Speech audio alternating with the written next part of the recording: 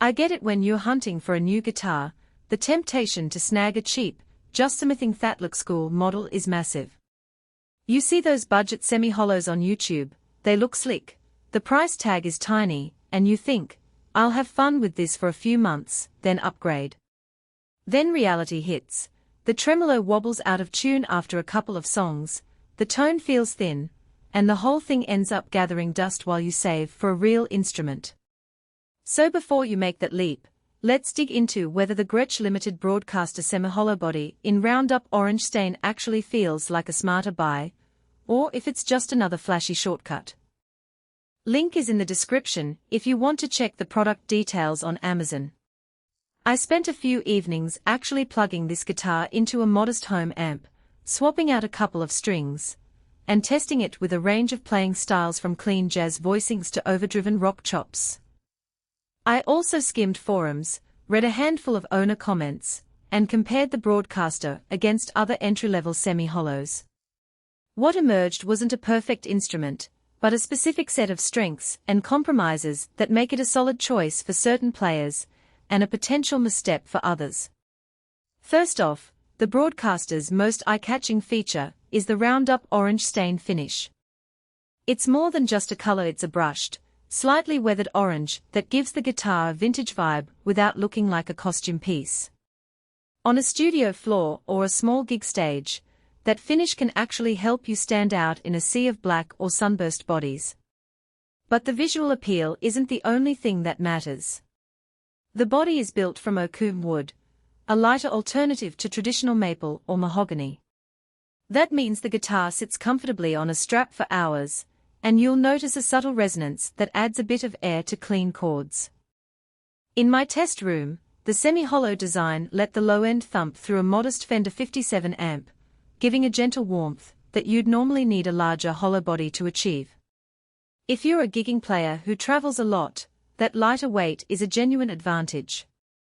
Now, the tremolo. Gretsch equips this model with a Bigsby B70 Vibrato, the same little mechanical system you see on classic 50s guitars. In theory, a Bigsby is great for subtle pitch bends, but in practice it's a bit finicky. I found that after a couple of minutes of aggressive use, think dive bombs, or rapid whammy bar tricks, the pitch stability started to slip.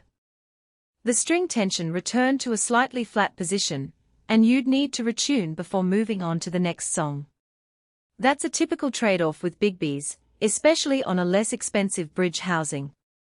If your playing style leans heavily on wild tremolo antics, you might be better off with a standard locking tremolo, or even a hardtail bridge. The pickups are two Gretsch-designed humbuckers, positioned at the neck and bridge. They deliver a nice, rounded tone that leans toward classic clean jazz and country twang. When I rolled back the amp to a clean setting, the neck pickup gave a buttery, almost acoustic-like sound, great for fingerstyle or light overdriven rhythm work. The bridge pickup, meanwhile, provided enough bite for classic rock riffs without getting overly harsh. However, if you're chasing high-gain metal tones or modern prog distortion, the humbuckers feel a bit restrained. They lack the aggressive output you'd find in a higher output set, so you'll probably need to overdrive your amp more than you'd like, and even then the character stays warm rather than razor-sharp.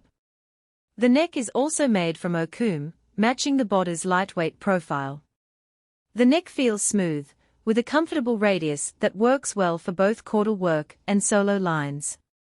The Rosewood fingerboard adds a bit of natural oil that doesn't feel too slick, helping your fingers glide without slipping.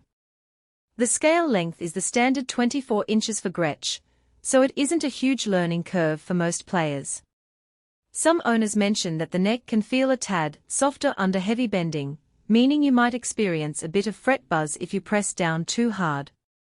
If you're a player who likes aggressive bends or hard rock palm muting, you could find that a slight adjustment at the nut or a set of medium gauge strings helps smooth things out. Who should buy this guitar? If you're an intermediate player who already has a basic solid body electric and you want to explore semi-hollow tones without breaking the bank, the Broadkaster is a worthy experiment. Its combination of lightweight construction, vintage-inspired big vibrato, and warm humbuckers makes it an excellent candidate for small venues, coffeehouse gigs, or home recording where you want a different sonic palette.